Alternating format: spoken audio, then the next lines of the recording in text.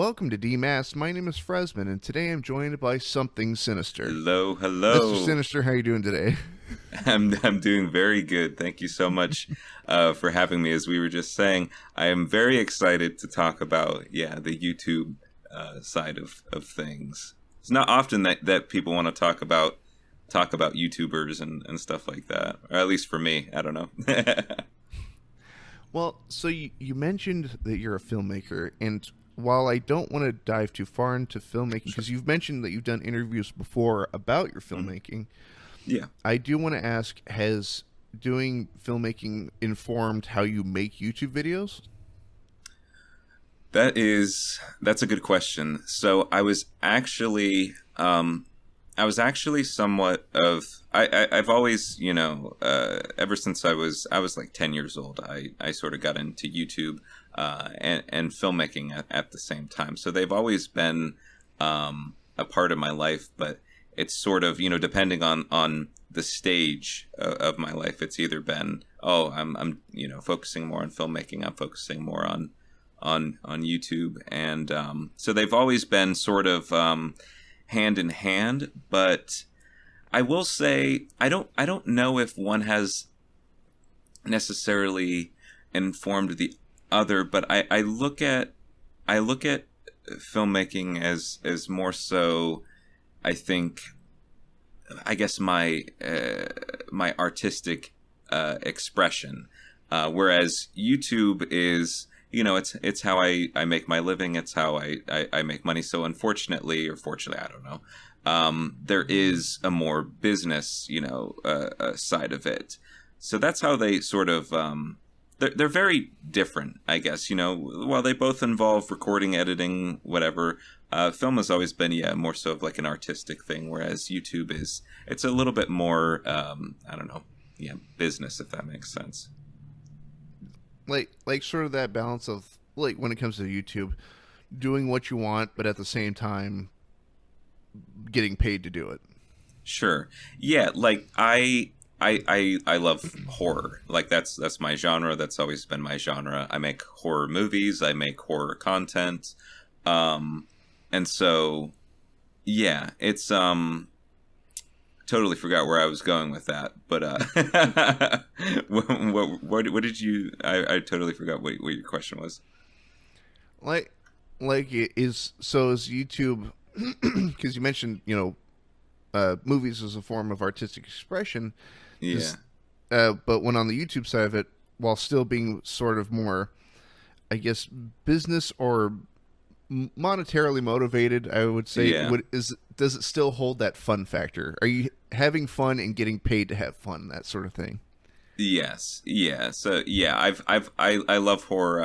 I've always loved horror. So it's never like oh man, I have to make a video, or I'm making, content about stuff I don't care about. Like I very much, do work, but it's more so like my audience, for example, and this is something that is sort of ever changing, likes, say, like a particular niche, like internet horror, for example. So like it's a lot of it is, it's all horror related, but it's falling into like different niches, and sometimes, niches that, I wouldn't necessarily, I don't want to say watch myself, but sometimes you have to follow a niche because, that's what people are interested in, as opposed to, whereas my films, I can make more or less whatever I want. You know what I mean?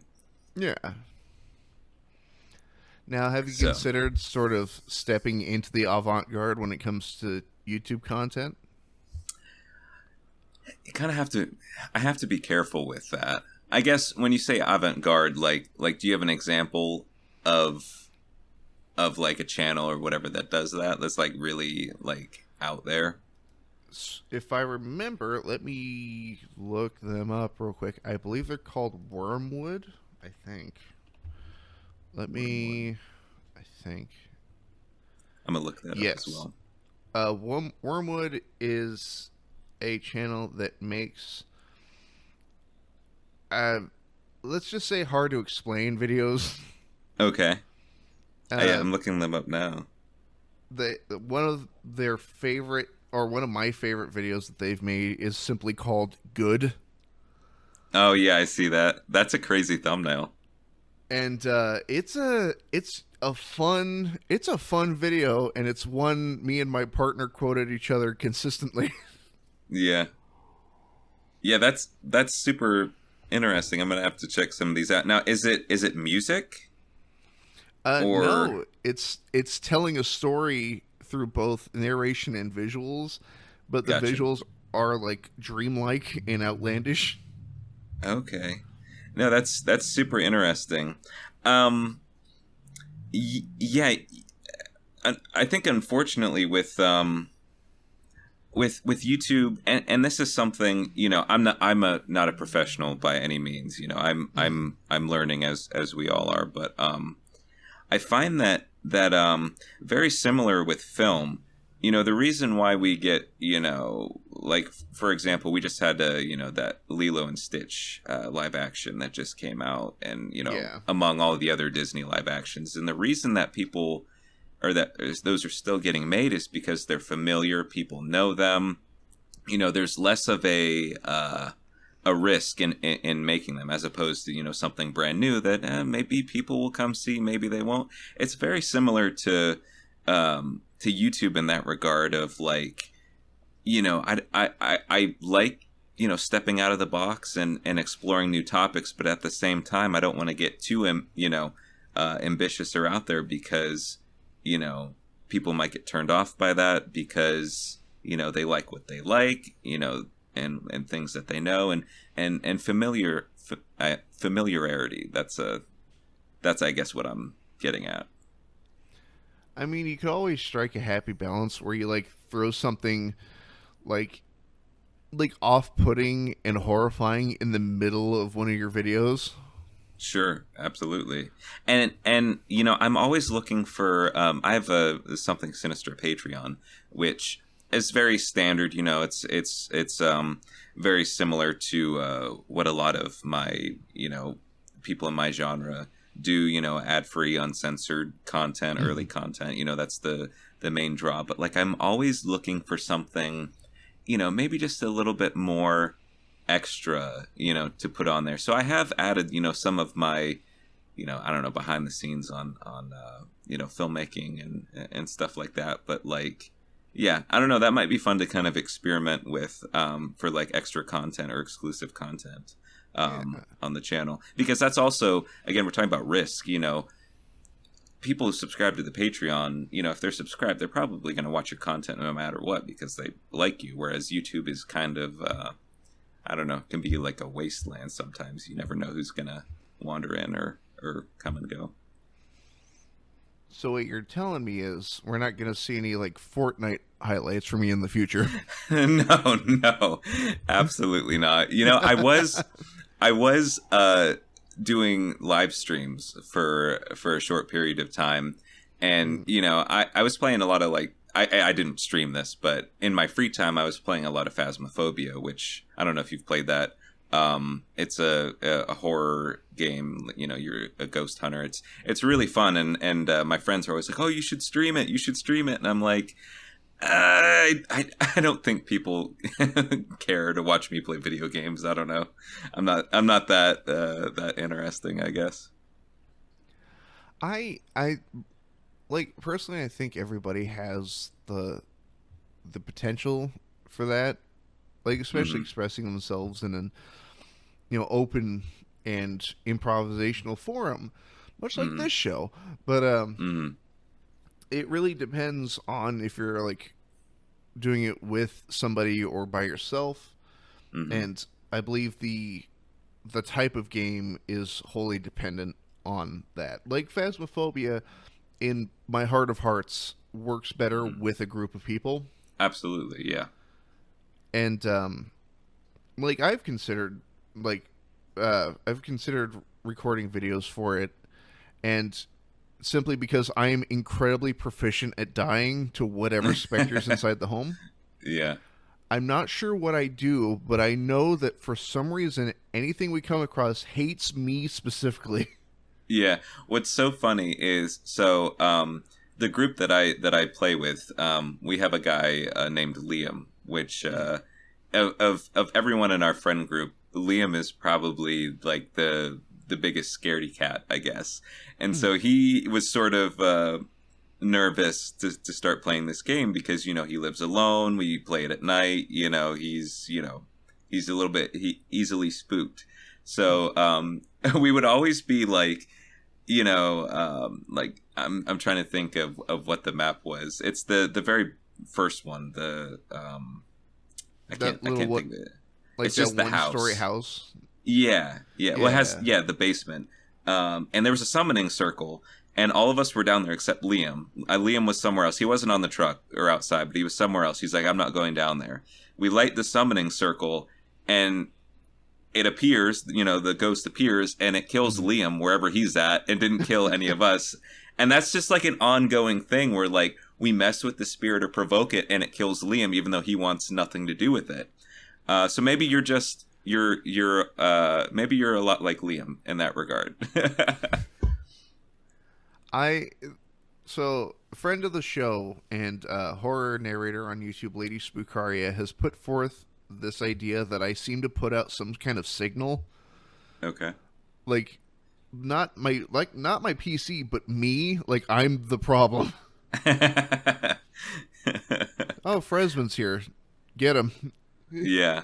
Now, do you find like does that happen in other games that you play? Like if I don't know if you play Fortnite, like are you always getting, shot in Fortnite or any other game that you play? Are you like, I don't know, not the weak link, but the target, I guess, so to speak? Well, it seems like outside of Phasmophobia, I have sort of the reverse. I have this obscene amount of luck. Okay, got you. Like I've played. Unfortunately, I haven't recorded any of it, much to my massive regret. Mm, But I played with Lady Spookaria and another friend of ours by the name of Weekly Creeps, a wonderful guy. mm. Um, we used to do like just a 3-person team on Fallout 76.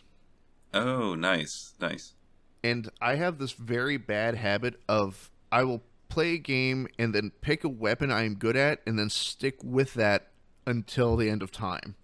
Mm, mm. And I found that I'm very proficient at hand-to-hand combat.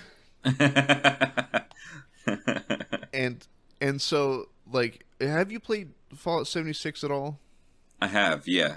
Not So, too in depth, but I've and not honestly with other people. I just kind of like solo it, but yeah, I have. yeah. So you know the Grafton monster, that huge white furry monster? Yeah.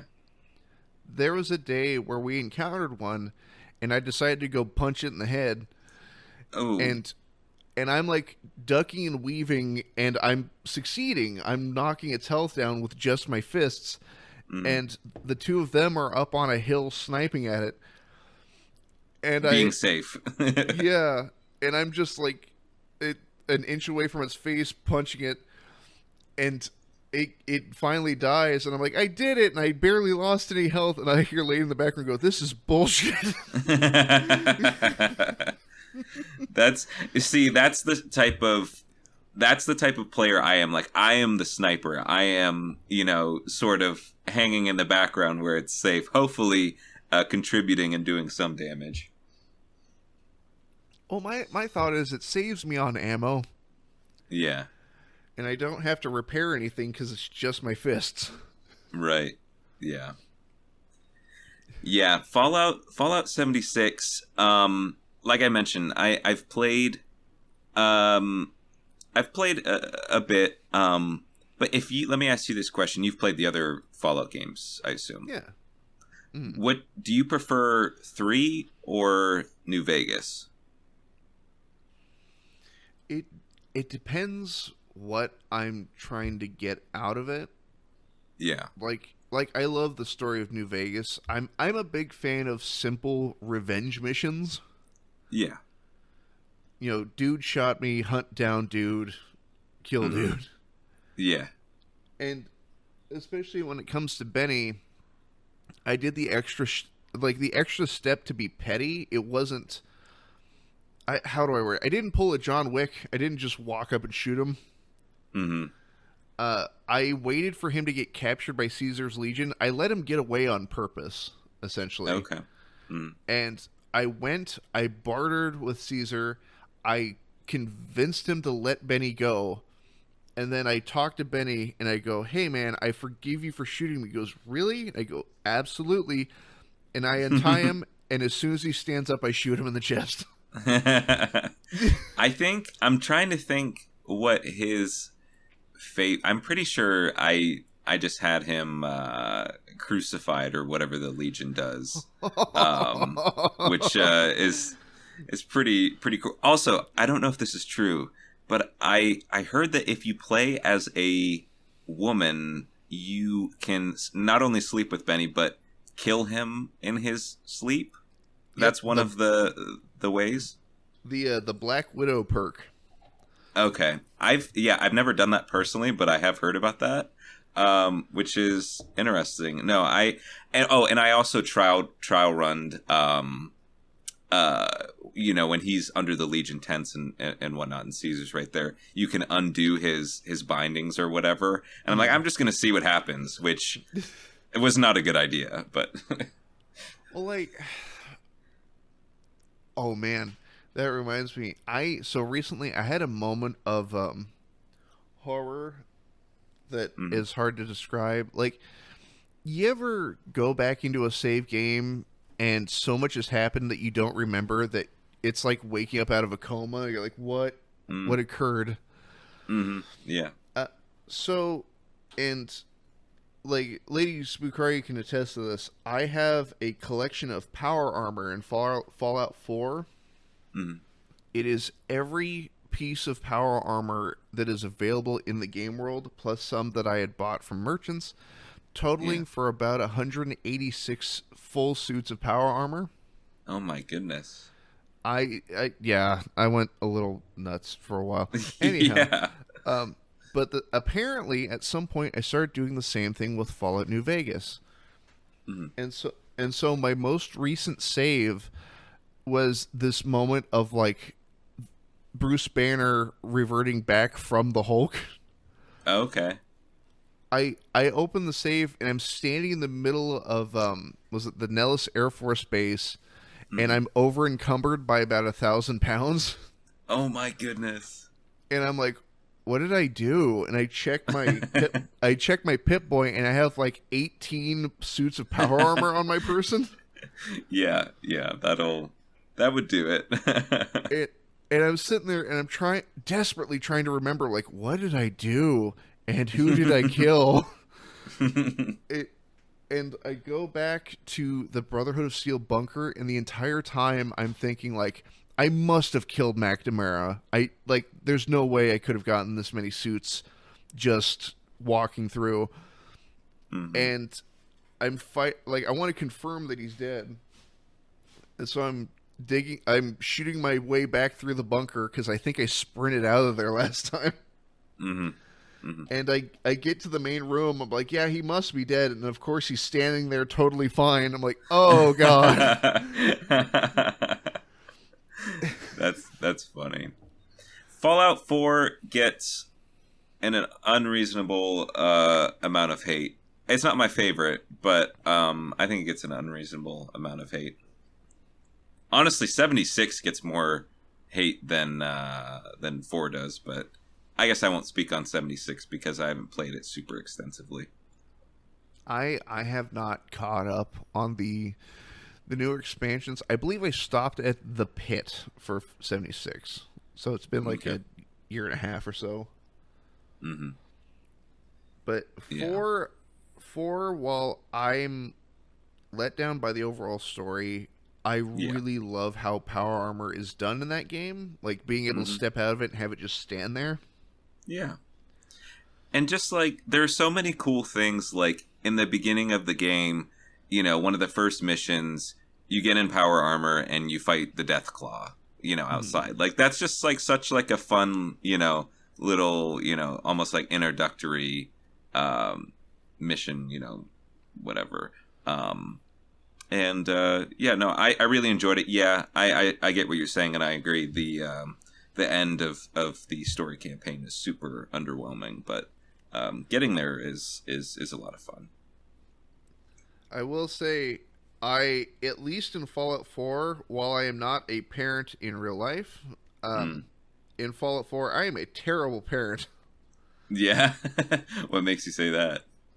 I rescued the synth Sean from the Hmm. Institute. I Hmm. don't know where he is.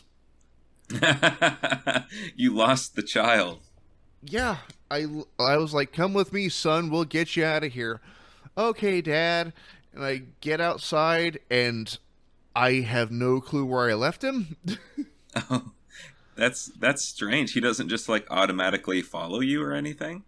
Well, it he functions kind of like the companions, where if you're not actively questing with them, they'll stay at a specific location. Gotcha. And I I guess I sent him somewhere, but I Hmm. don't know where. And I've been looking, and I'm kind of worried. Yeah. Yeah. That's not funny. not worried enough to reinstall and find him though. Right. Right. But so we slid off the path here. Where I know, I know, I'm sorry. no, you're good.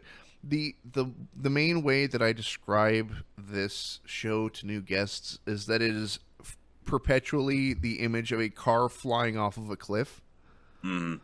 Like there is no script. There's no like Hmm. I go out of my way to not write bullet point questions Gotcha. because I Cool. fear they're going to be the same questions every time. Right. And yeah. Yeah, like oh yeah, no, I totally get that. But I am curious, so I've been looking, kind of staring at your thumbnails here for a minute, and Yeah. it says your oldest videos from 8 years ago. Yes, sir. It's so I've had something sinister since what would that be? 2017. I believe. Let me double Hmm. check that. I'm pulling up the video. You just heard the ad. Yeah, it was January 30th of 2017 that video was posted. So something sinister has been around for a very long time, and as you can sort of see, yeah, in those older thumbnails, the film influence is there.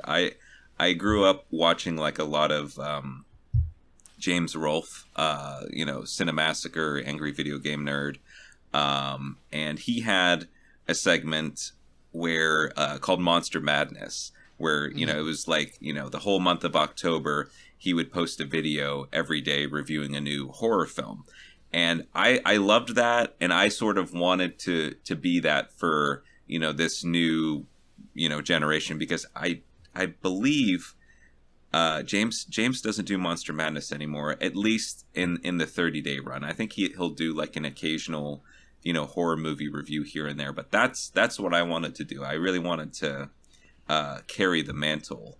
But as time went on, sort of, you know, it morphed into something else, which is totally fine. And I love that Something Sinister is, at the end of the day, a horror channel. And because that's a very large umbrella term. I can go in so many different directions, explore so many different things.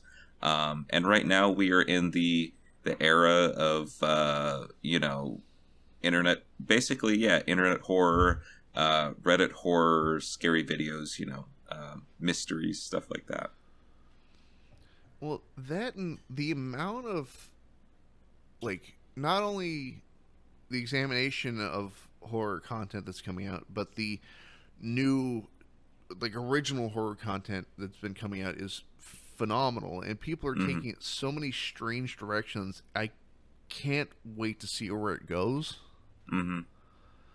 Yeah, it's very exciting, and yeah, I'm so unbelievably like proud of and surprised as well. Yeah, just like I said, I had the channel since 2017. It was a very, slow start, and I mean, at the end of the day, I was in college. I was, sort of doing other things, and then it wasn't until really last year where I was like, oh, I could actually put all of my focus and time into this and really make it something. And fortunately, I'm at the point now where I'm starting to see some growth and stuff like that. So, how long before it wraps back in on itself? You know what you could do? You could start reviewing your own films. Dude, I have something to tell you. Uh-oh. I didn't quite do that. Okay. So, this is like a bit of, I don't know, weird trivia. So, if you go back to old, and actually they might be deleted now, because a lot of them got deleted, because I used to review top 10 goriest movies ever made, which is not, YouTube did not like that and took them down. But at the time it was, fine to post stuff like that. But the channel started, and I was sort of a reporter for a platform called Horror Freak News, and I don't know if they still exist or not, but they were very journalistic, writing articles, stuff like that, but they wanted a video guy, and I said let me take care of it. And so I would do countdown videos, stuff like that. That is how Something Sinister started. The thing is, though, I did a it's actually, this one's still posted. Let me pull it up. Yeah, that video that you were referring to is, the very first video, top 5 horror short films. One of my short films that I made is in that list, and I did it on purpose because I was like, Horror Freak News, that's the horror audience. I need to reach them. I'm going to report on my own stuff. That way I'm getting, their audience's eyes on my projects and interests and whatnot. And subsequently, they let me go after that. So we know you made that. Yeah. Which I'm cringing right now, just because I'm like, why would you do that? Like, why would you think that was a good idea?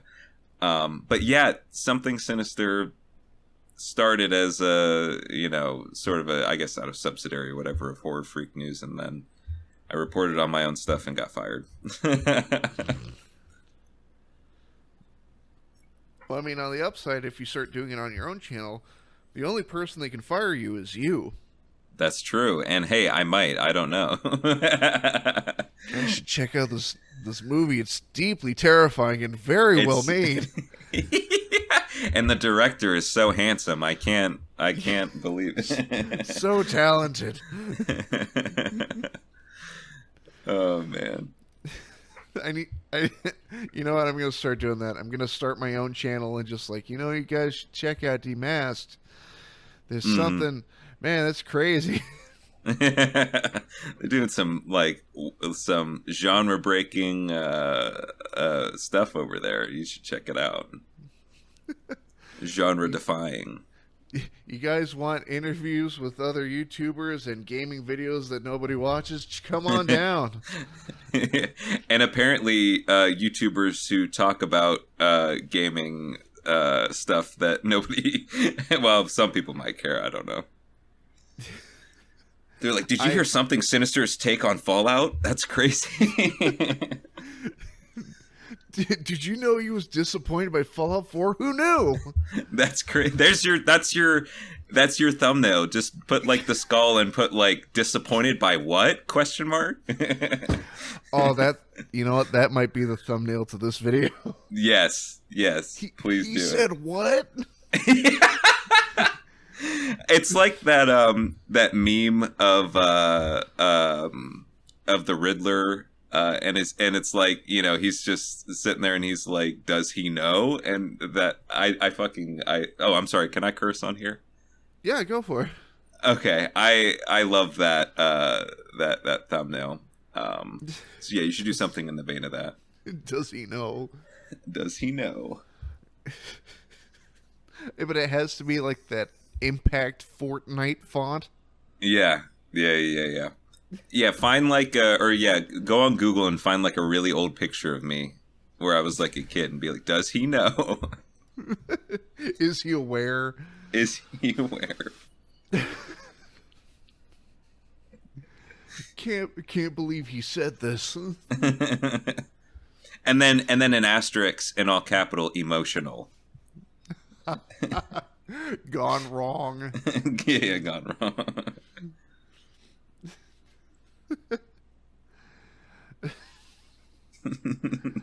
Wait. So, with the, with the, how do you turn around from that? Right. It's like trying to hit the brakes, but the lines are disconnected. Yeah. But, well, so I do have a question regarding the channel. Sure. So with it sort of being reviews and then sort of leaning into more analytical sort of video essay stuff, do you see your channel sort of evolving into something else or sort of still continuing down this path? There's no wrong answer. I'm just curious. Yeah. I think, like I mentioned, the wonderful thing is it is just a horror channel. So I think it'll evolve as long as there's horror content on YouTube. I think something Sinister will evolve to fit whatever is, the niche of the time, and I'm sure there are lots of niches right now, but yeah, like this, when I started, I'll tell you what like the turning point was in terms of like finding niche. Let me just see if I can find it. I started posting videos about analog horror, and that was like my first like I did the horrors of the Pontiac Robotics Archive, which has 166,000 views. And if you look at the stuff prior to that, it was like 1.8, 2.4. There's some 10s, 11s, 3, thousand. But once I found, analog horror, that's a niche. That's something that, people are interested in. That's really when it started to make the shift, to internet horror. And even like the I believe my most popular video is the Sabrina Miller's Instagram page, which or no, I'm sorry, it's tied for scary videos found on the internet volume 1, and they both have almost 500,000. So yeah, but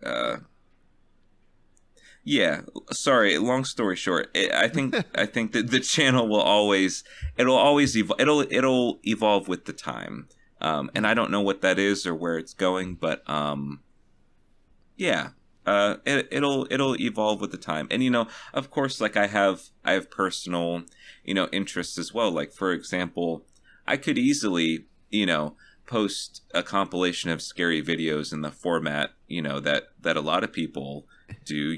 Oh, this scary video number 10, number number 15. Exactly.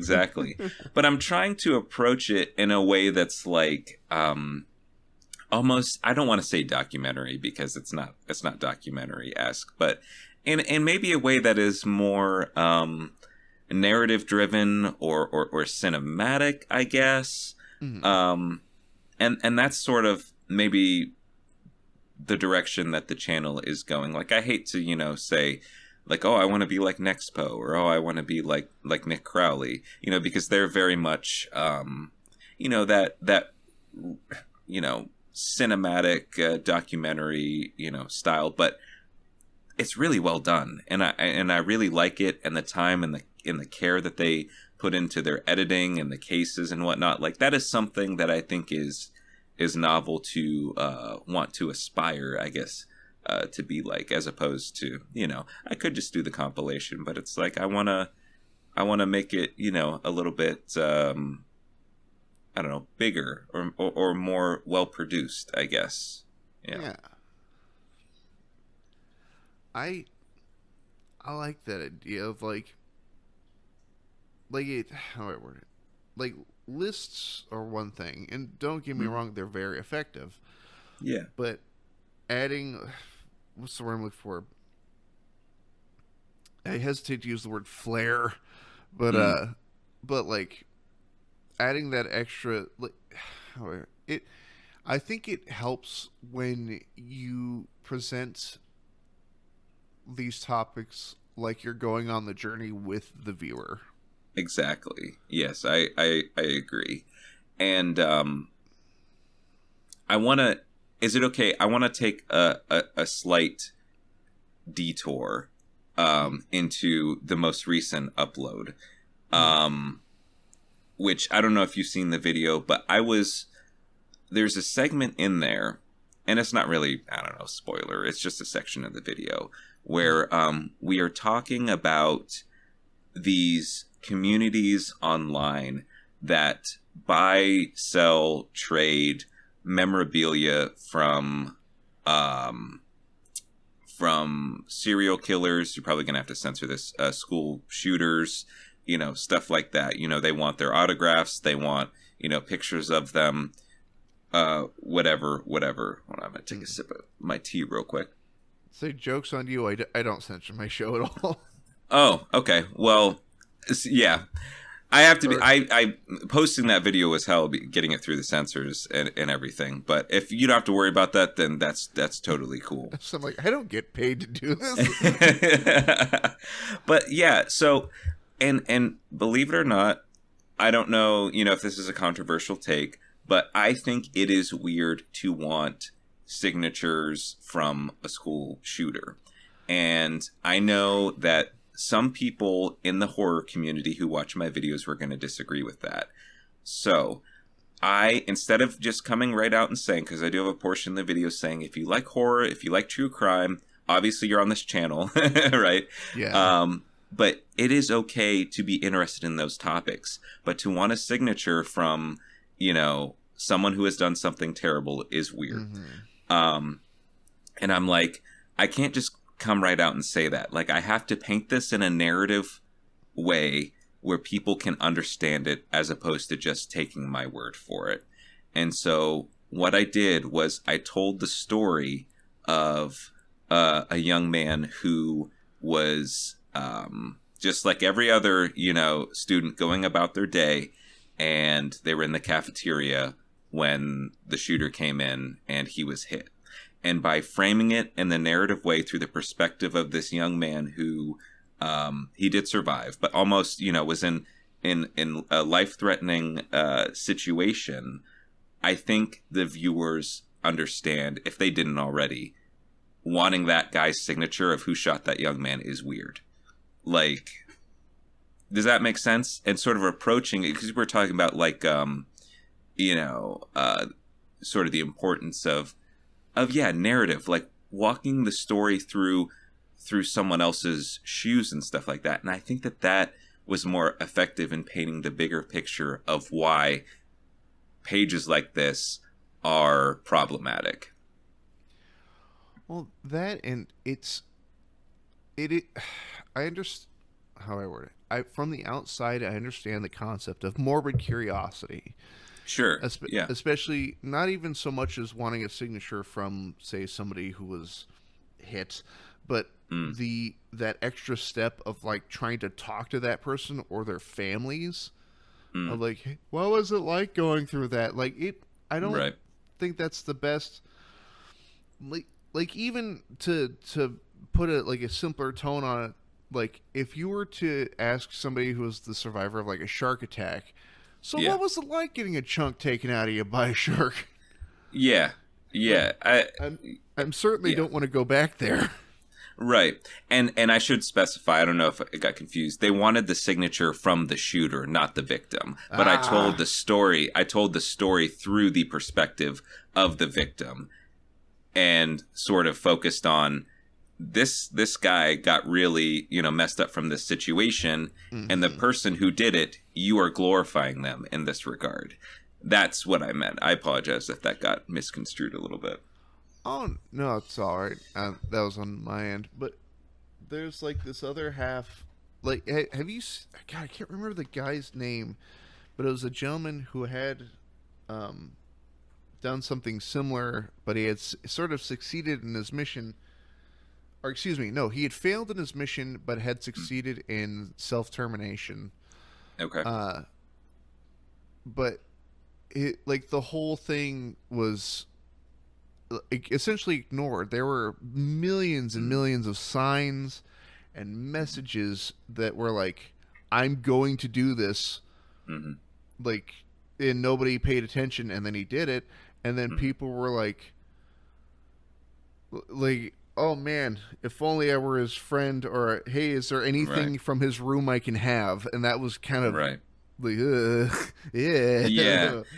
And it's so interesting because this case in particular that I'm talking about happened in, I believe it was 2012, and unfortunately we hear so much about these types of incidents now, public shootings specifically, but Yeah. back then it was maybe a little less common. But this kid, prior to perpetrating this crime, had posted on his social media and even like DM'd, his friends or people who he was close with, saying, "Hey, I'm going to do this tomorrow. Make sure you're not there when it happens." And of Yeah. course, these people who they reached out to um, never took the steps to tell someone and Yep. potentially prevent this tragic event from happening. Now, honestly, like, so there's the collectors, but then there's that weird subsection that is just straight up fandom, like the people who Yeah, wrote Ted Bundy letters when he was in prison. yeah. Then It's so strange, and I do cover that a little bit in the video. But yeah, it's super strange. do you by chance like? So I was actually watching that video earlier. I didn't get that far, Hmm. unfortunately, due to time constraints. But Hmm. uh, do you happen to cover the lady that is a fan of the Columbine shooters? No, the only thing Columbine that is mentioned is on that buy sell trade page. There is a letter jacket, and I say in the video that it's from one of the shooters, but Mm. now people are in the comments are saying, "Oh, that's actually from one of their classmates." I don't know which. I think either way, that's the only mention of It's Columbine specifically. there's I don't know if you're aware of her, but there's a lady out there who is a genuine fanboy of, I believe, specifically Dylan Klebold, Oh my to goodness. to the point where she has like printed pillows with photos of his face on them. That's so weird, dude. Like even like I'm trying to like actually think about this from like a real, because I used to walk around, I would wear shirts with like Leatherface or I'm actually wearing a Terrifier shirt right now with the Art the Killer Clown. I, There's a difference between fictional and reality, and I mm, think that line with these individuals is misconstrued. Because walking around with, say, a shirt with Jeffrey Dahmer on it, a man who killed and cannibalized and did all those things, like, mm. dude, that's a real, like, you know what I mean. Also, side note, I've interviewed Art the Clown. I did see that, and that's great. I didn't watch the interview. I assume that he was super nice and great. Absolute sweetheart. Yeah. I worked with David. I'm trying to think of what year this was. It was like back when the first movie had just released, and I remember seeing that film, and I was like, "This guy, this character is going to be big. I want to talk with him. Whatever, whatever."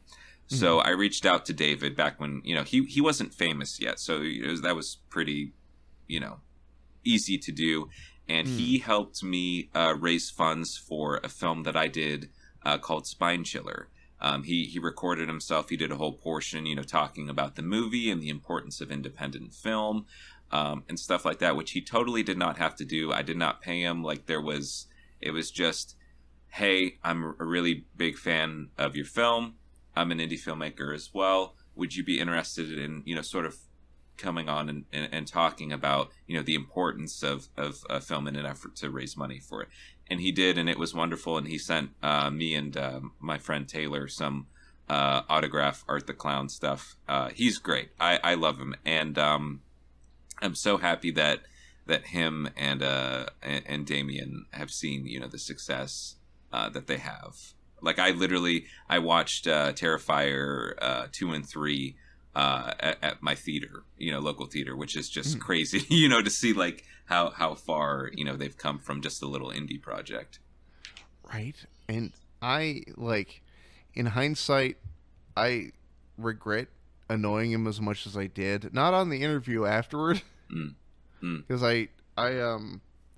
I'd text him once in a while, just ask him stupid bullshit questions. yeah, yeah. Hey, can I be in Terrifier 2? I'll bring my own mask. Oh no! Wait, did you? I mean, that's cute. That's not annoying. That's But no, I get that, dude. Oh my god, that like triggered a memory of being or wanting to be a filmmaker. I went to this one event where there was a producers panel, and they were sort of talking about how to pitch a film, whatever, whatever. Basically saying, here's what we look for.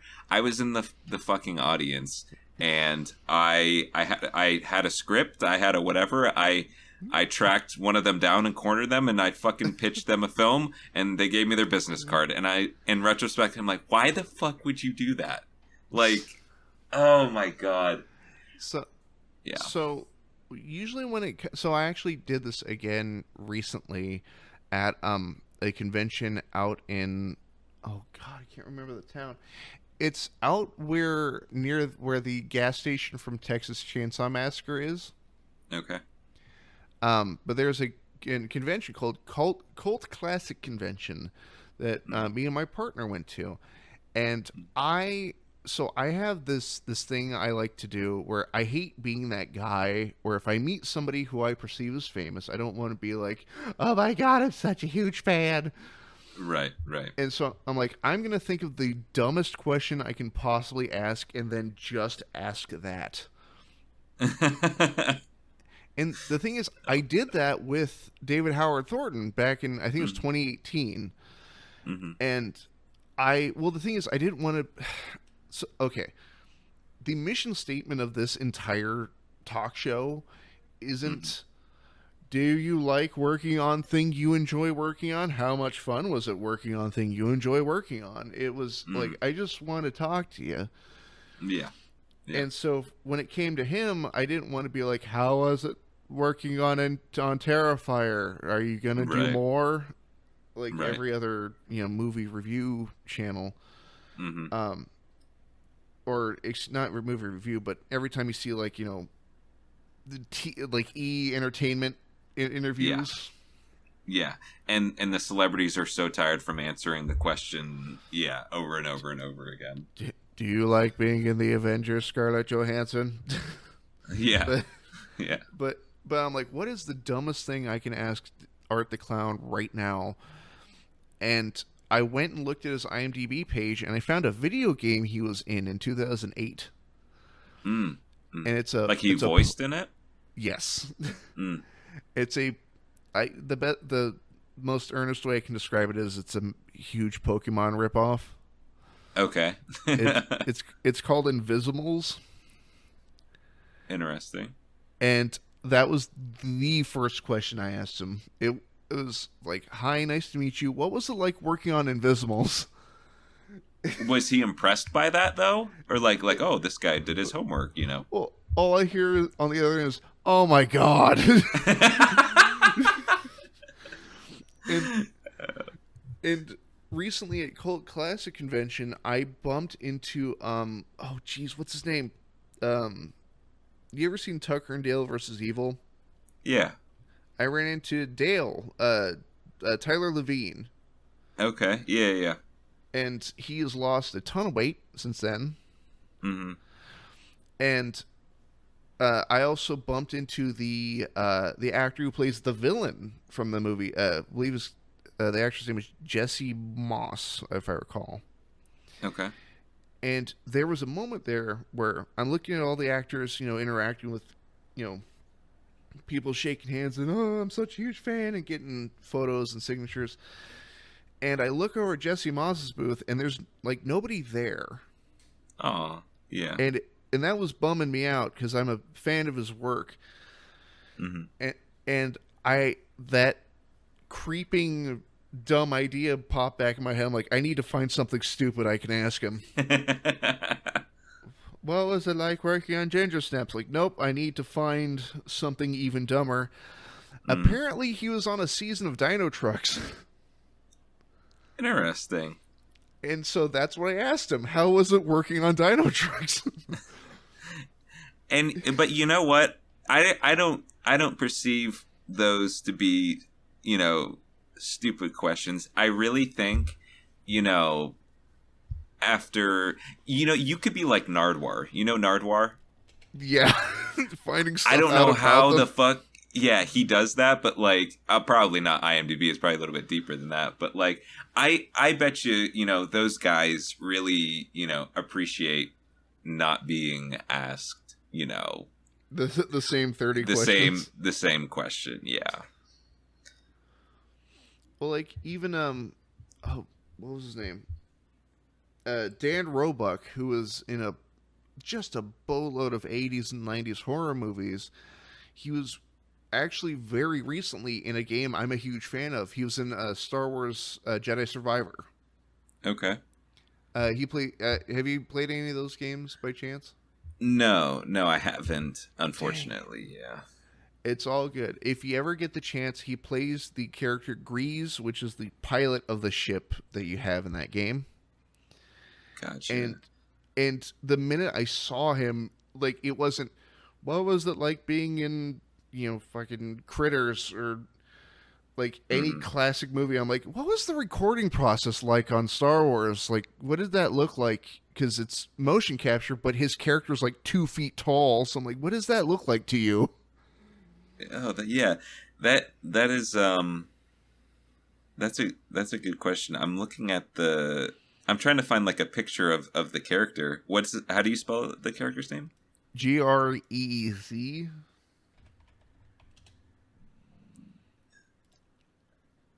Does he have like? Oh yeah, I found him. Yeah, Forearms, gray skin. Yeah, that's strange. No, I have a buddy who plays this. What's the one?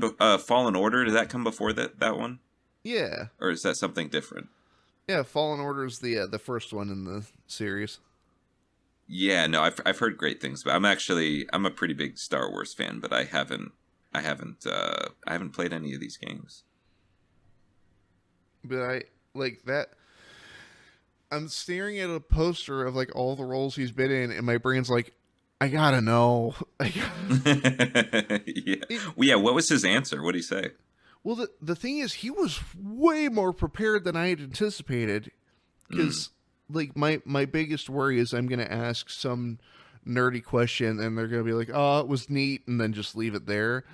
Right. No, Yeah. no. He looks at me and goes, "Check this out," and he pulls out a stack of photos from the behind the scenes. Oh, that's awesome. That's super cool. And the whole time I'm like, did he know I was gonna be here? Like, what? Is... He's like, I see that guy pulling up his phone. I know what he's digging for. I see I see that guy pointing at the poster and then pointing at me. Yeah. but but no, like super nice guy, and he mentioned that a lot of the time he was spent staring at a tennis ball. Oh yeah, Well, because it has to that's give it has to give an approximation of the main character's height in relation to him. right. Yeah.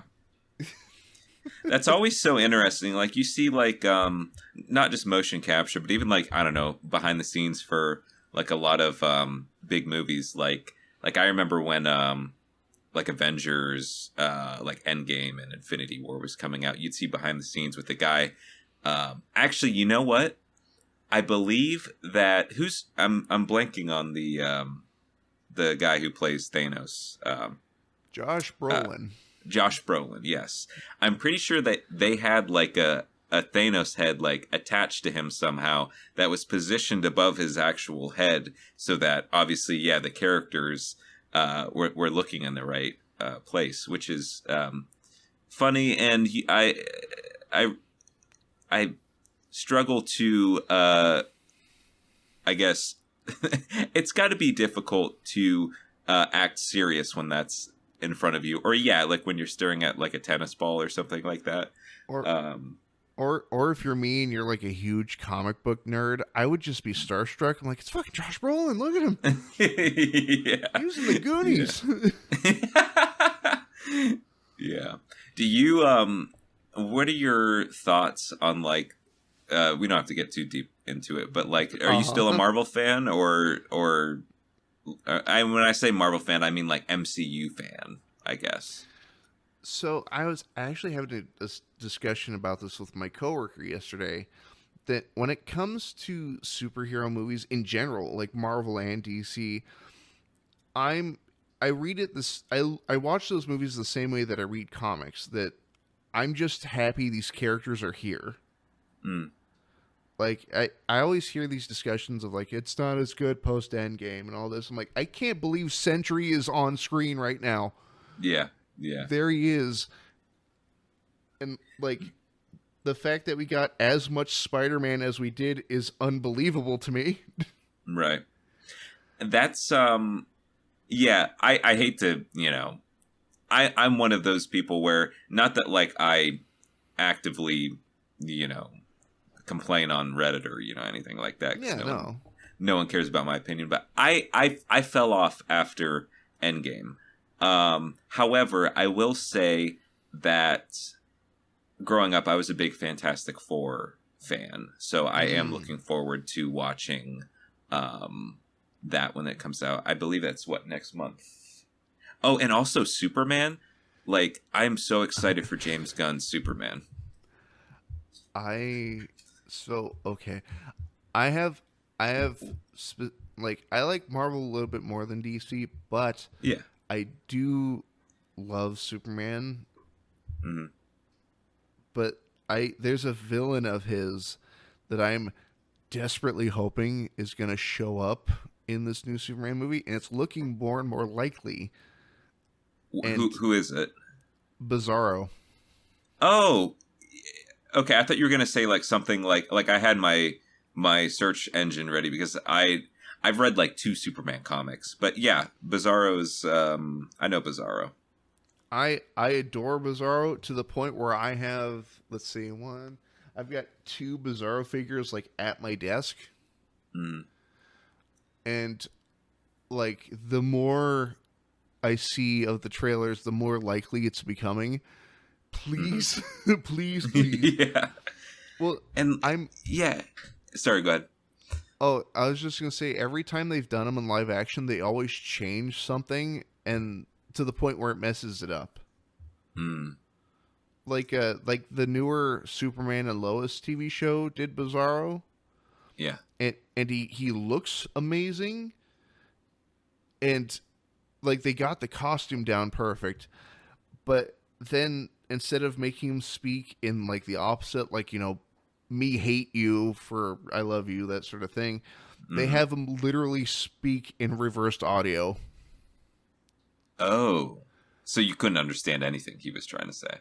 Yeah, unless you played it backwards and then he's clear and coherent, but he's speaking regular sentences at that point, and I'm just like, no, please. Yeah, that's kind of yeah, that's super unfortunate. Um, I was to say, even though I did fall off, after Endgame, I do watch, the big releases. So like I watched Deadpool and Wolverine. I Mm. watched Guardians of the Galaxy Volume 3. I cried during that movie, which is crying during a Marvel movie was something that I never thought I would do again, and James Gunn did it.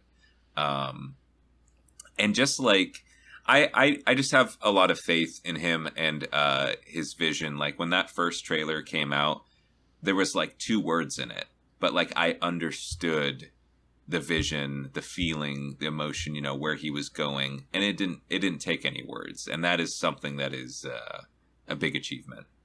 Well, even for like the new Superman, that first poster with just the two words "look up" and just like, It's oh, so sold. good. It's so good. Yeah, I love it. I I love it. I also, how do we feel about the costume? Um, I'm gonna pull up a picture of it real quick. Let's see. Also, you said you're editing this, correct? Yeah, Okay. Is it cool if I take a leak real quick and come back? sure. Let me snag a piece of paper and mark the time. Uh, Or just leave that in. I don't know. I'm. Oh, I could just cut to a waterfall. That's great. Here's my consent for you to do that. Yeah, I'll be right back. All right.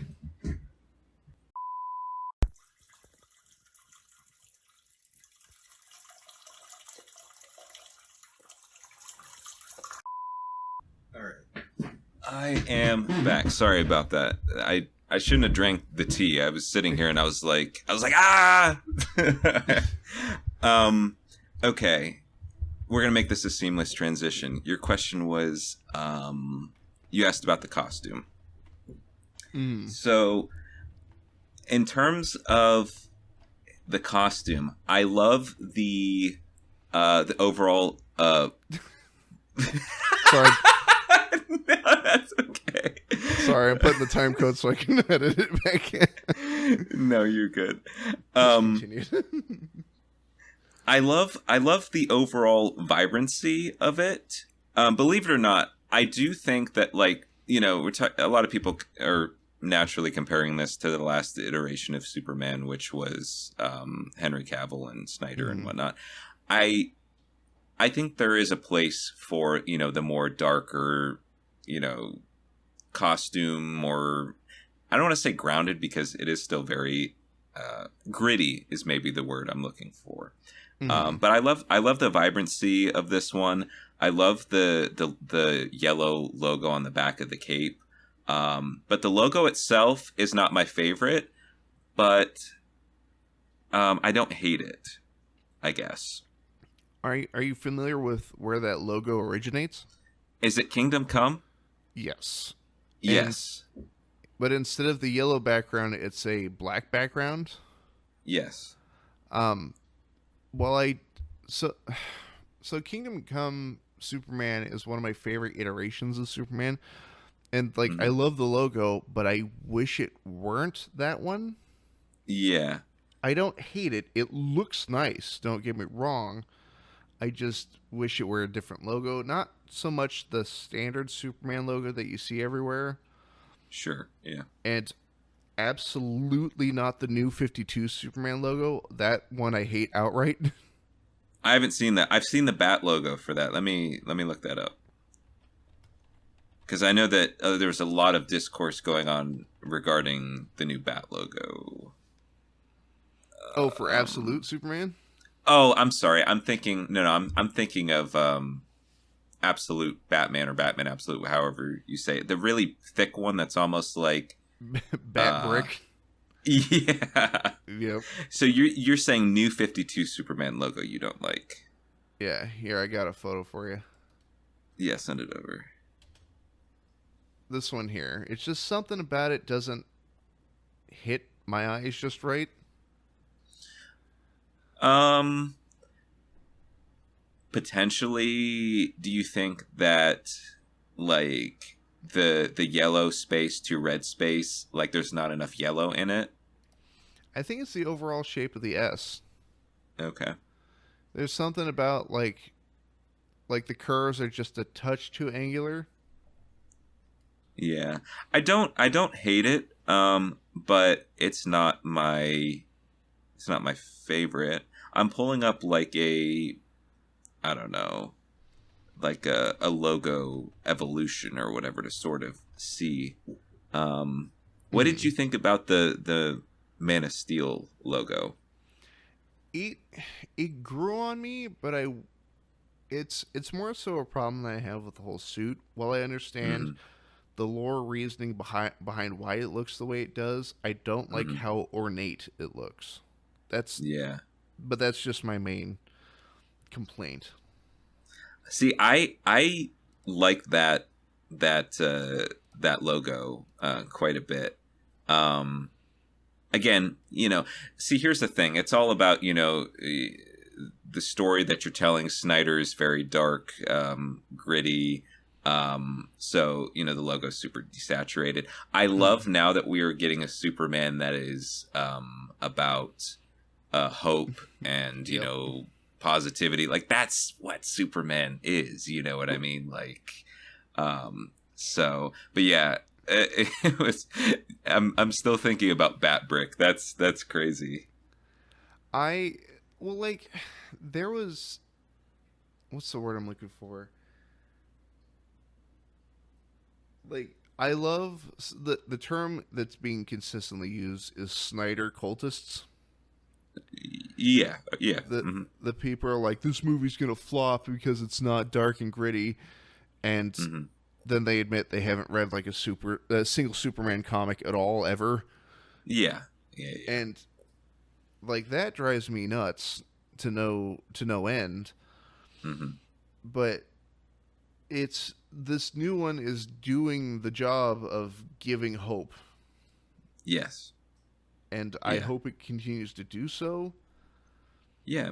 Me as well. Like, when's the last time we've had a film adaptation of Superman that provided that sort of? I mean, That felt good. Ma- yeah, Christopher Reeves. I mean, but that's the only one Mm.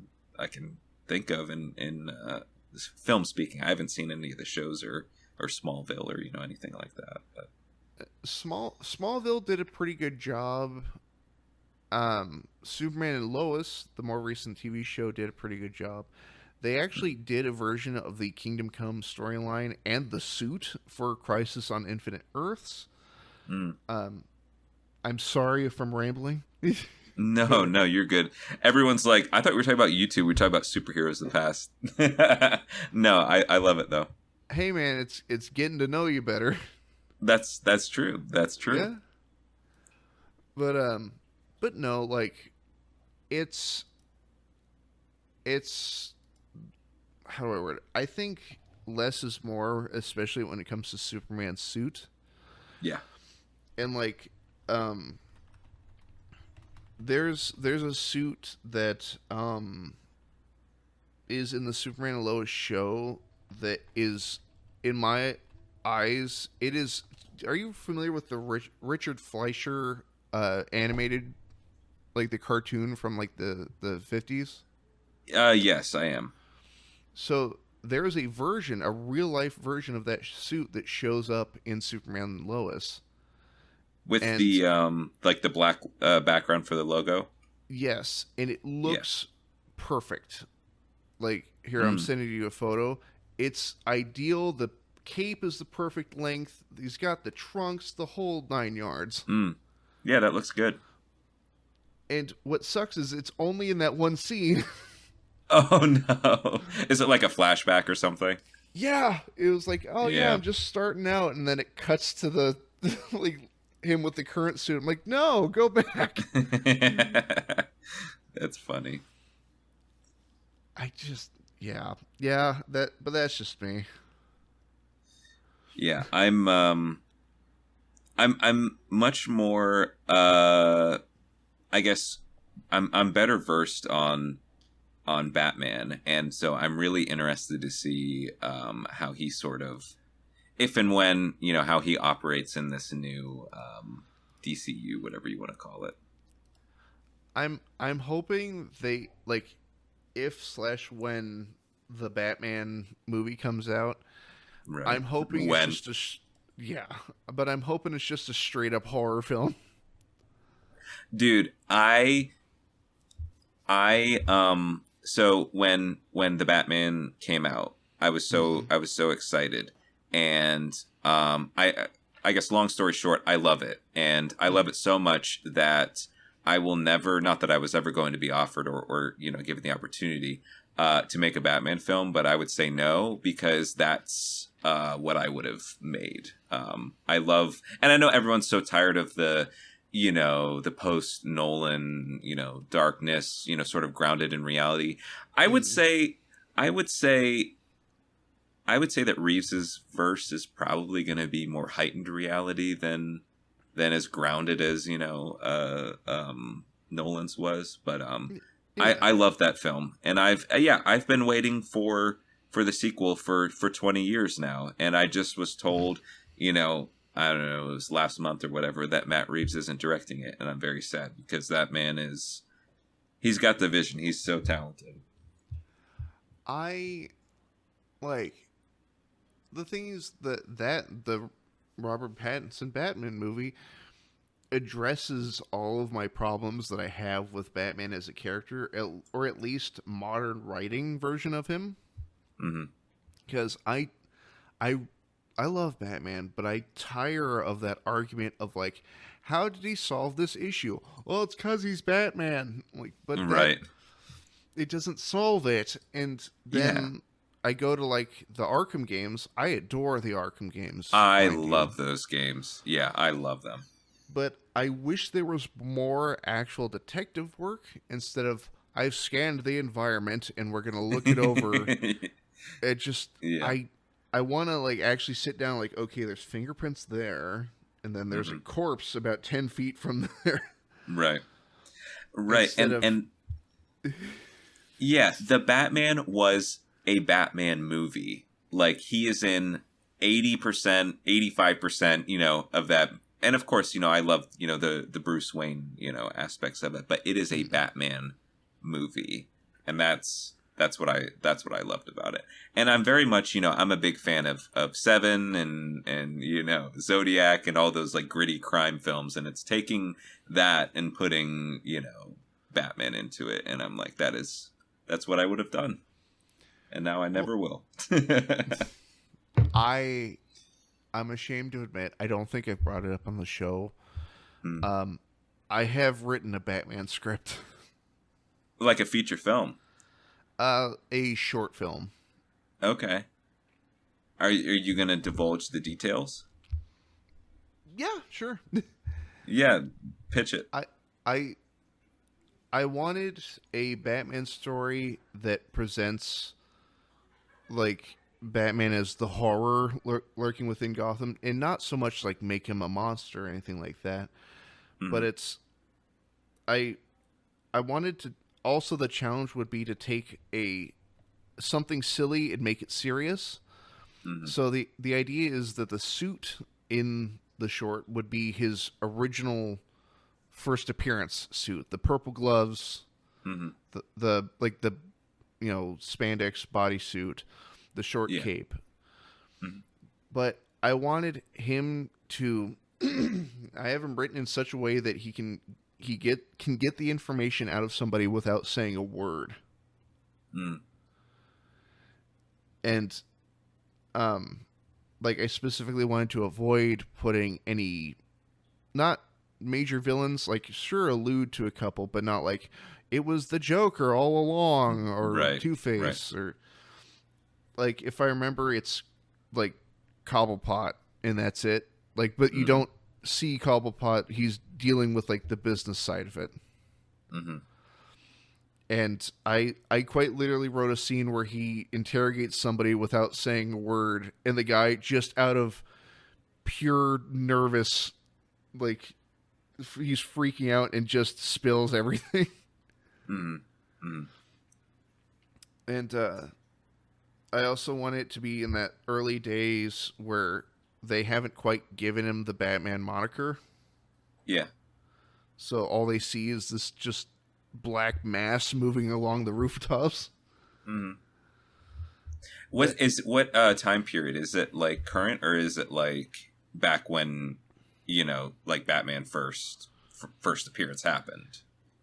I want to say in my heart of hearts to make it not, how do I word it? To remove the technological imperatives or the technological issues that we have nowadays, like, oh, we could just look Batman up with a drone or something like that. Right. Right.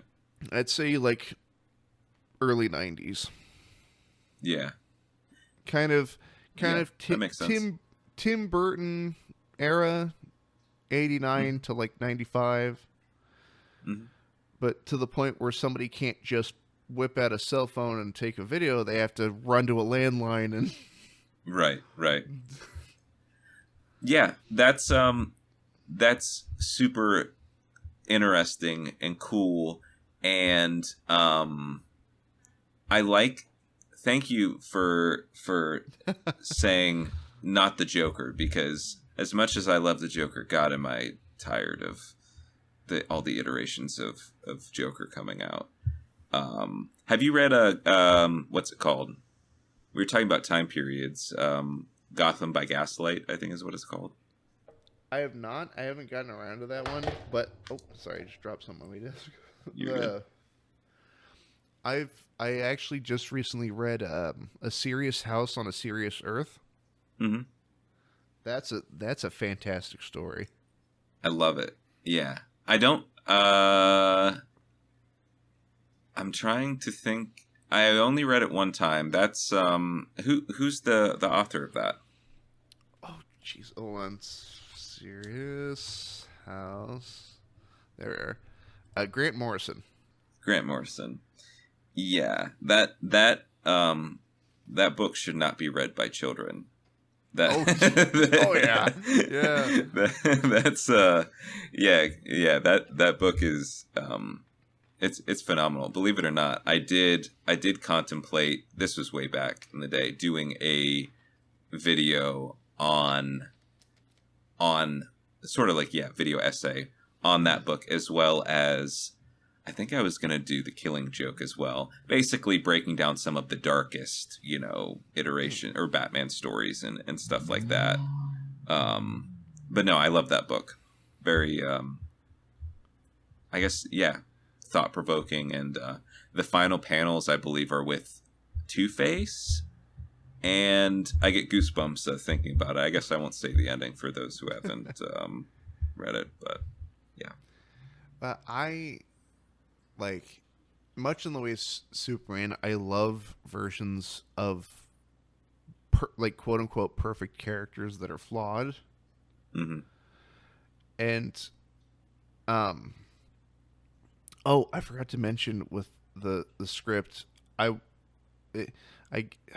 honestly, I don't know if it'll ever get made because money, talent, time, all that fun stuff. Right. Mm-hmm. But I wanted the end of the story to be how Batman gets his name. Okay. But it's not like Gordon being like, it's some kind of Batman. yeah. If I remember, it's a henchman that Batman like scares the shit out of so hard that he like breaks down sobbing. Mm. And when they find him, he's just a babbling mess, and he's trying to describe what attacked him, but all he can come up with is it was a bat, but it was shaped like a man. And then the first responder says, "Say that again."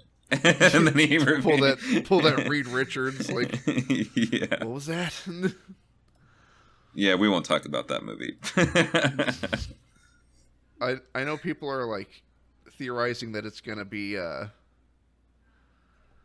Uh, like that version of the Miles Teller Reed Richards will be like the Maker.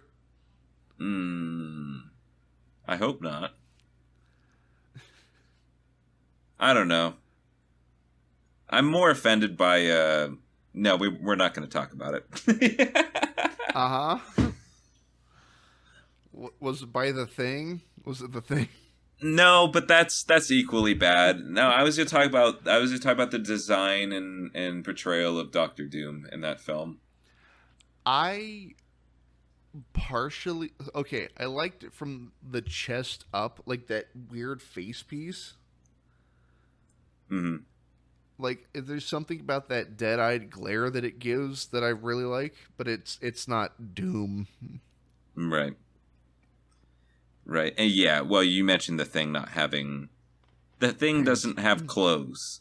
Yeah, and also this is like a nitpick. It's not super important, but like the thing doesn't need to be as big as the Hulk. Like the thing, in the comic, source material is large, but he's not like he's more he, like I don't know, like ripped. Like he's not like a giant he hulking yeah he's figure. he's like at his tallest. I want to say in the comics, probably. I mean, discounting like Infinity Thing, where he's Hmm. made out of the Infinity Stones, but I'd say best case 7.5 feet, Yeah. like standing upright.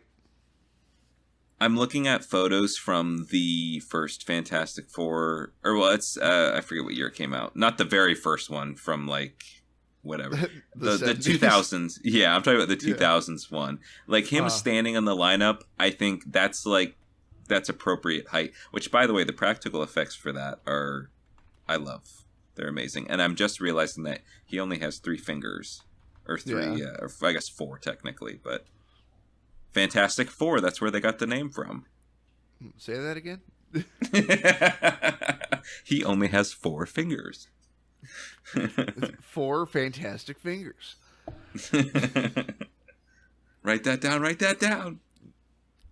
Oh, I just looked up what the canon height to the Thing is, at least to the comics. I'm I'm taller than the Thing. What is he, like five? I'm gonna say five, I don't know, 5'10". 6 foot flat. Oh, okay. Yeah, I'm 5'7" or 5'8", so yeah. I'm That I'm makes that I'm makes sense. I'm 6'3". You're lucky. I go through my I just finished shooting a film, and I can't tell you how many times throughout that process I had to get like someone had to bring me a step stool and referred to me as the short king. So Dude, being tall sucks. yeah, I've people actually always heard that people like a always lot ask you to of grab me crap. yeah. I've heard that a lot of movie stars are pretty short. Well, Tom Cruise is the The main. the most well known, but I heard that that's a pretty common thing. So maybe I shouldn't feel so bad. I'm just like I've always been the shortest out of my friend group and stuff like that. So I'm like, yeah, I don't know. I've I've consistently been the tallest, but it's been a detriment to my Yeah. like I it's genetics from my dad's side that I'm cursed with. I'm not only Hmm. tall, but I am wide, Hmm. and so every time I see a shirt or a jacket that's like one size fits all, that is bullshit. That's bullshit. Yeah. Same goes Yeah. with hats. Oh, it has an adjustable backstrap. Nope, doesn't matter. Yeah. Every cool hat I run into in a Goodwill is always like 4 sizes too small. Oh man, that is tragic. I'm sorry. Doomed to stare at the world from up high.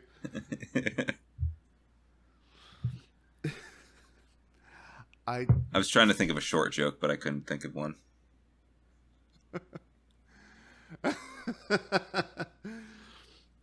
I just, man, I. So I know we've gotten off track.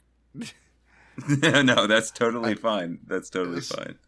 I say, when's the comic review videos coming out? I'm gonna make a second channel, and it's gonna be something. So, Something sensational. I was gonna say something. Yeah, we'll go with something sensational. Something. Yeah. Yeah. Something No, I'm spectacular. potentially. We didn't even talk about. I mean, we mentioned Spider-Man a little bit. I have a Spider-Man tattoo to show my dedication. Um, but uh, yeah, Wait, no. Obviously, I'm a huge comic book fan. is it just the symbol, or is it a portrait? It's so I wish that I had a picture of it that I could send over. It's from I believe John the artist. John Romita Sr. was Hmm. an illustrator, correct? Yes, he was I actually the know that guy who. What's Junior that? is also but I'm pretty sure it's Senior. It was his illustration, and it's sort of like. Sorry, go ahead. I'll say fun fact for all the folks out there who don't know. John Romita Sr. is actually the guy who designed the first costume for Wolverine. And he's a great artist, and it's got Yeah. that classic. It's got that classic look to it. It's sort of split down the middle. It has the mask on one side, and after the split, it's Peter's face, and there's Oh, some it's webbing around it as well. kind of like that Steve Ditko panel. Is it Steve? I thought it was John. So hold on. I think if my Rolodex is serving me correctly, and just put Spidey Sense. There you go. I'm not sure who I'm talking to. I'm not a. But here's a. Oh, that's a Ditko style piece of artwork, but it's not actually Ditko. But yeah. I'll put this up later in editing. But Mm. like this, but straight s- on. Yeah, and I feel like the Peter's here, I'm gonna grab a picture of it and send it over. The Peter Tingle. The Peter Tingle, yeah. I so badly wished that they would put that term into one of the movies, but for another character to just call it nonsense. Oh, that's yeah, that's good. My spider sense is saying like, what? I'm sure that we'll get something like that in Secret Wars. Or not Secret Wars. What's next? Doomsday? Yeah. I I have high hopes for Secret Wars because that in the comics that's where the Venom suit debuted, Right, right. and I'm hoping we get. I'm just hoping I get my wish fulfilled, man. Yeah. That's fucking awesome. Is that Ramita Senior? You know what I mean by like I feel like Peter's face is like more refined or something than Ditko. It almost looks like John Byrne's artwork. Hold Uh, on. John Byrne. Oh, am I able to show this on the yeah, thing? absolutely. Okay. Yeah. I don't know. Maybe. Let me if I can find it good. It looks darn close to the some of the images I found. It has a similar hair curl. Mm. Yeah. Hmm. I don't know. Because I know Peter had that hairstyle for a really long time. Yeah. Yeah.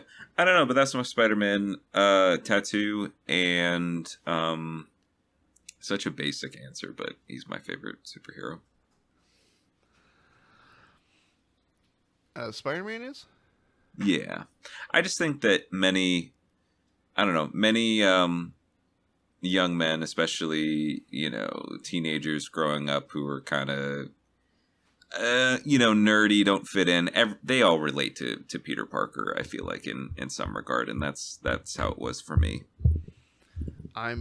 Dude, I'm right there with you. I'm in the precise same boat, and Spider-Man's actually one of my favorites as well. Mm-hmm. And like, I picked up Ultimate Spider-Man right when I was at the same age that he got bit. Yeah, because he's like 13. Mm. And, dude, that run is my favorite iteration of Spider-Man. Like the Mark the Bagley Ultimates? Yes. Yep. Okay. It might be because I grew up with that, but yeah. Yeah. All right, here, just a sec.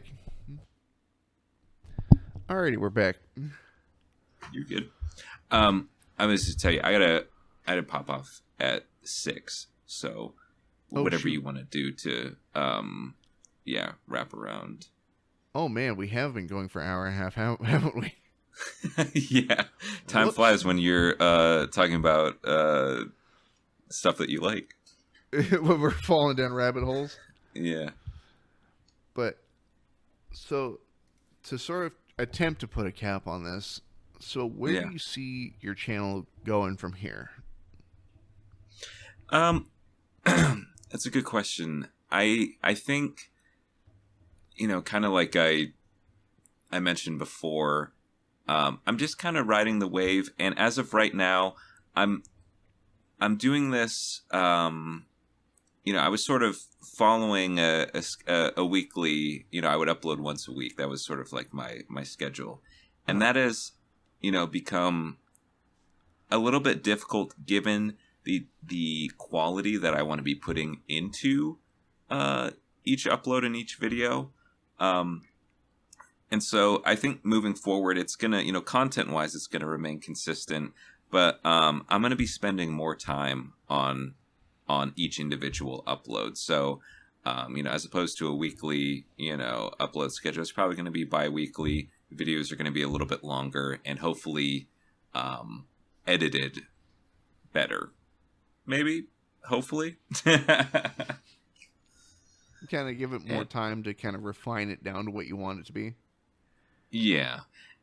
And, kind of like I mentioned before, like I'm going for something that's maybe a little bit cinematic, and that always, takes time. I don't know if people listening realize when you're like a video essay YouTuber, finding footage and compiling footage is difficult. Not only is it difficult to find appropriate footage, but like sometimes, if you want to use footage from a movie or something that you're talking about, or a piece of media, even if there's no sound, you can still get copyrighted. Like, I don't know. That's difficult. Navigating it.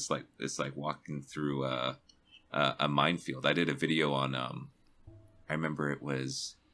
I talked about Godzilla, and Toho had taken down the video because there was no sound. I don't think anything. I just like footage. Oh, I'm talking about Godzilla. It's in the background. Toho had taken it down, but yeah.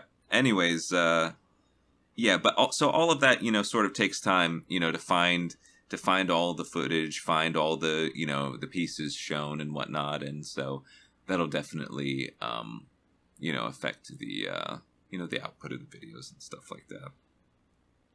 I don't know. I believe with more time comes better quality. And I agree as well. I'm so glad, because I've been a YouTuber for a while, even before something Sinister. But, it used to be very much like the algorithm wanted you to post as much as possible. And so YouTubers would, burn themselves out uploading, every day or, 3 times a week even. And I'm so glad that we're out, out of that. And not only that, but it seems like most audiences prefer quality over, quantity and how much you're putting out. Well, it's funny. There's a channel out there that I've been wanting to interview for a while, but this guy he makes swords, Mm. but his videos or how he uploads is sort of that perfect distillation of time and quality. Because Yeah. whenever I look at his comments after he doesn't put anything up for like a couple months, and then he comes out with something, it's never like about time. It's like, oh, thank goodness you're back. Right. Right. Yeah, and there's always that fear though, like, and I don't know if this is because I started YouTube at the time where quality, or excuse me, quantity was so important, but I'm like, all right, I need to get this video out. It would only be like a week's gone by, and I'm like, people are gonna forget, they're gonna move on, they're gonna whatever. But they always come back. The people who like your content, they'll be here. When you put something out. Mm. But with that, I think we'll draw this to a close. We're closing in on an hour 40 already. Yeah. Jeez Louise. But something Sinister, thank you so much for coming on. This has been Of an course. absolute blast. And Yes. it's been a joy talking to you, man. Yeah, no, I've had such a good time, and yeah, like I said, I don't get to do stuff like this very often, so it was a pleasure to do so and to talk to someone who is super cool like yourself. Thank you very much.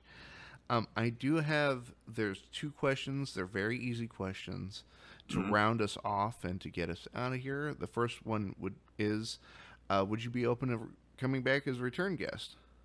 Absolutely. No. Absolutely not. No, absolutely. It was a lot of fun. And then the second would be, is there a video on your channel that you're particularly proud of that you would like featured in the end piece of this interview? Yes. I would probably say the most recent one that I put out yesterday. I think we're just talking about editing. I think the editing in it is some of the best Sinister editing to date, and it's hopefully only going to get better from there. Fantastic. And party people, there will be links to not only Something Sinister's channel, but that specific video in the in the description below. Please, please, please go check out his channel. But with that, we'll bring this interview to a close. My name is Fresman, and this has been Demasked, and I'll see all of you next time. Peace.